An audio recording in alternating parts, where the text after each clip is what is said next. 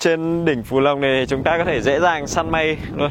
Ui, đây các bạn có thể thấy vách đá này rất là cao, treo leo, mà dưới vực này rất sâu.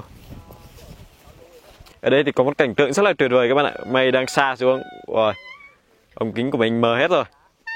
Đấy. Cảnh phải nói rất là đẹp luôn. Đây trước mặt thì có rất là nhiều ruộng bậc thang các bạn. Nên các bạn ra đây có thể tha hồ ngắm ruộng bậc thang. Đây có một tảng đá rất đẹp này các bạn này. Dưới này thì vực sâu hun hút luôn. Và giờ thì mình sẽ leo lên trên tảng đá này. Cho anh Cống leo trước. Đấy. Ui rồi. Nguy hiểm. Anh ơi nhảy lên thôi. Thôi nhảy cái gì vỡ mồm ấy.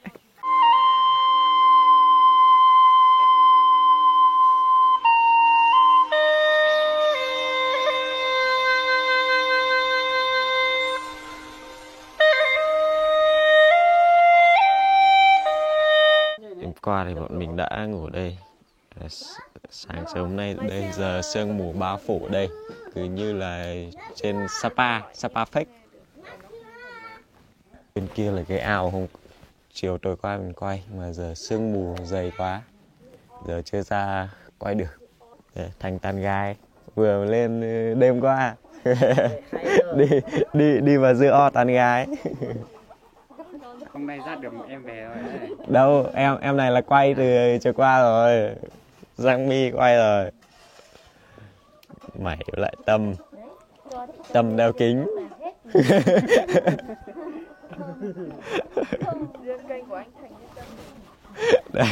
Đấy. Nổi đấy.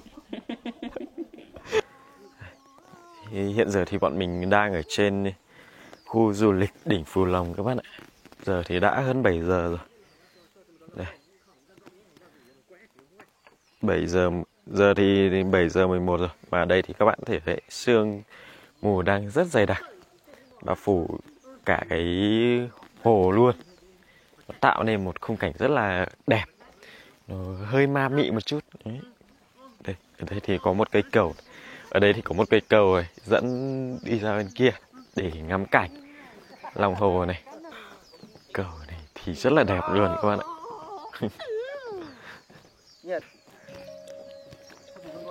Đây, trên kia thì rất là đẹp các bạn này đấy. Ở đây thì quay mấy cảnh MV nó rất là hợp. Đấy, bên này thì cũng có một cây giữa hồ, tạo nên khung cảnh ở đây quá là đẹp các bạn.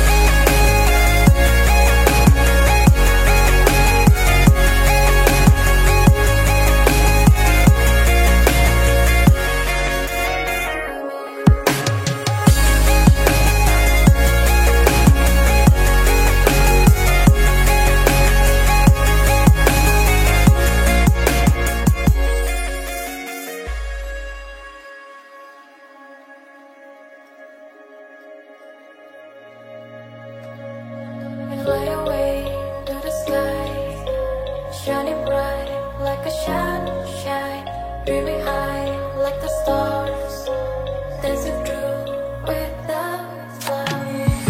And everything brings such a meaning. Every cloud has silver lining. As long as you are still breathing, don't waste your time. Keep fighting, even if you drift and fall. My Mustang get no color. Yeah, my Mustang get no color. Together we are go feel that soul. Run the dance floor, make the world go round again. Oh yeah, it's Friday, oh just a free day. Oh make the world go round, round, round again.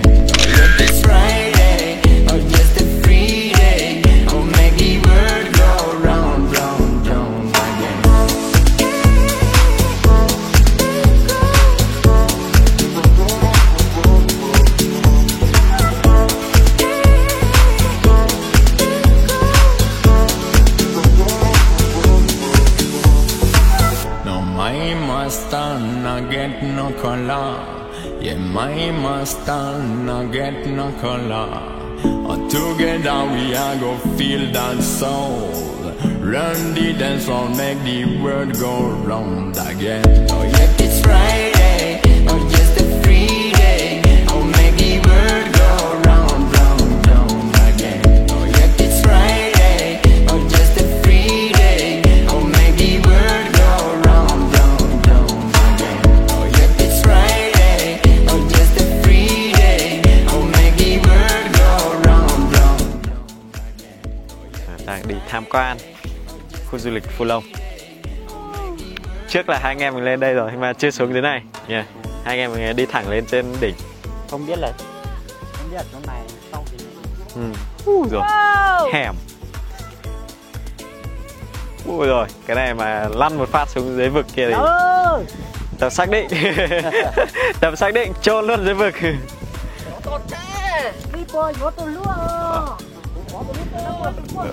Đây thì rất là mát các bạn. Đấy các bạn có thể thấy xa xa kia mây đang bay các bạn. Đấy.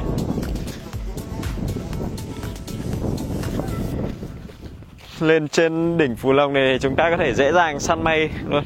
Ui, đây các bạn có thể thấy vách đá này rất là cao, treo leo mà dưới vực này rất sâu.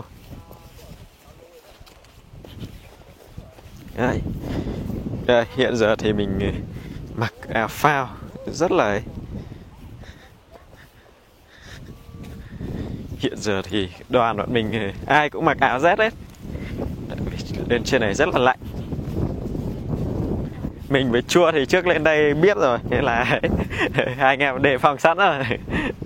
Cái hôm anh em lên nắng to thế vẫn lạnh nhỉ.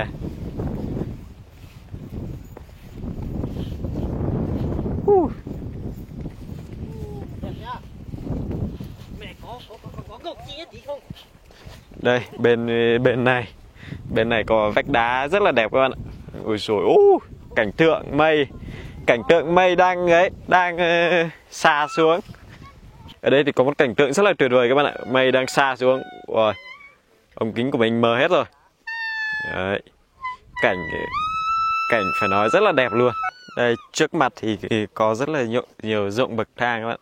Nên các bạn ra đây có thể tha hồ ngắm ruộng bậc thang. Đây có một tảng đá rất đẹp này các bạn này. Dưới này thì vực sâu hun hút luôn. Và giờ thì mình sẽ đi. Giờ mình sẽ leo lên trên tảng đá này. Cho anh Cống leo trước. Đấy. Ui rồi. Nguy hiểm. Ôi, nhảy cái gì vỡ mồm ấy. Giờ sẽ tới lượt mình sẽ thử.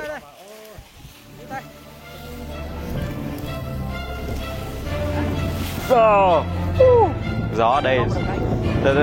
Để em cầm. Đấy. Rồi.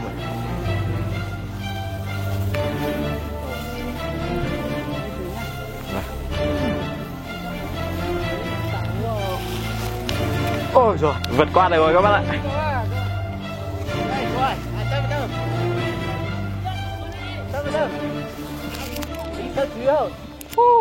Đây rồi, ba anh em bọn mình chinh phục được rồi.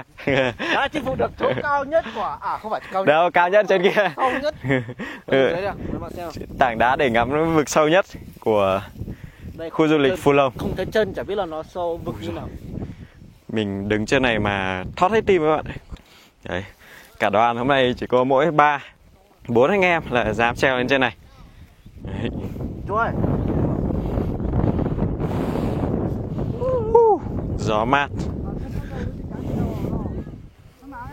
Đứng trên cái tảng đá ở chỗ cái vực sâu nhất của khu du lịch Phù Long này thì chúng ta có thể tha hồ ngắm nhìn ruộng bậc thang các bạn ạ. Ấy, xa. Anh chả dám nhìn đi. Xung quanh đây thì toàn ruộng bậc thang. Ôi, trên kia có mâm xôi đẹp. Ở đây rất dễ để bắt gặp cảnh tượng mây xa xuống dưới ngọn cây đấy, ngay trước mặt chúng ta đây. Mây hiện giờ đang xa xuống. Rồi. Đây, anh Cống thì đang sống ảo ở cái vực sâu nhất. Các bạn hãy đến với khu du lịch Phù Long để tận hưởng cảm giác mát lạnh như thế này.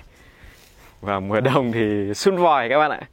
Và chúng ta có thể bắt gặp cảnh tượng đây, mây đang xa xuống dưới những ngọn núi và xa qua cả những cành cây. Hiện giờ thì bọn mình đã có mặt ở trên đỉnh Phù Long rồi các bạn.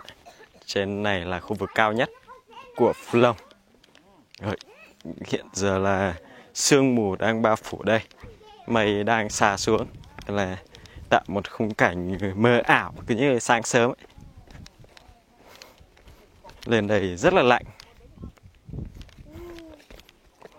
Đó, con đường mà bọn mình dưới kia lên. Đường này giờ đã có thể đi cả ô tô gầm cao lên các bạn ạ. Đây là bố, kia là mẹ. Mẹ hai mình cha có giống như con gái này.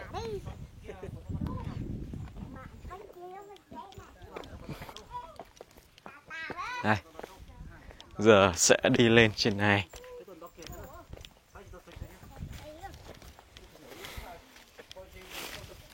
Ơi, in cỡ đó. Hai bên này thì có 2 tảng đá. Đây như thanh niên sinh này bảo là tảng kia là tảng cái, tảng này là tảng Đức. Đấy. Đây các bạn này, hiện giờ các bạn thể thấy đây sau trước mặt bọn mình giờ là trắng xóa này hoàn toàn là sương mù các bạn. Sương đang tan. Mà hiện giờ là mấy giờ chiều? 2 giờ 3, 13. Đây các bạn, 14 giờ 14 đây. Đấy. Nhưng mà sương mù thì cứ như sáng sớm luôn. Nên là các bạn lên đây tận hưởng không khí trong lành mát mẻ rất là tuyệt vời các bạn. Sau những ngày làm việc mệt mỏi vào cuối tuần, cùng với lại bạn bè người thân lên đây làm chuyến dã ngoại picnic, rồi nướng đồ ăn uống trên này sẽ rất là tuyệt vời. Đây, trên này đi cả ô tô lên được các bạn nhé. Đấy, bạn mình đi cả ô tô cả xe máy. Đây.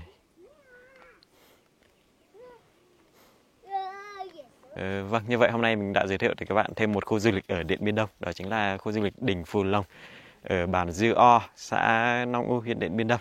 Và ở đây thì nếu các bạn muốn tận hưởng cảm giác không khí trong lành ngay cả buổi chiều, như bây giờ đang là 2 giờ chiều thì bọn mình có một cái cảm giác, không phải cảm giác mà bọn mình được tận hưởng, đó chính là sương nó đập thẳng vào mặt đấy.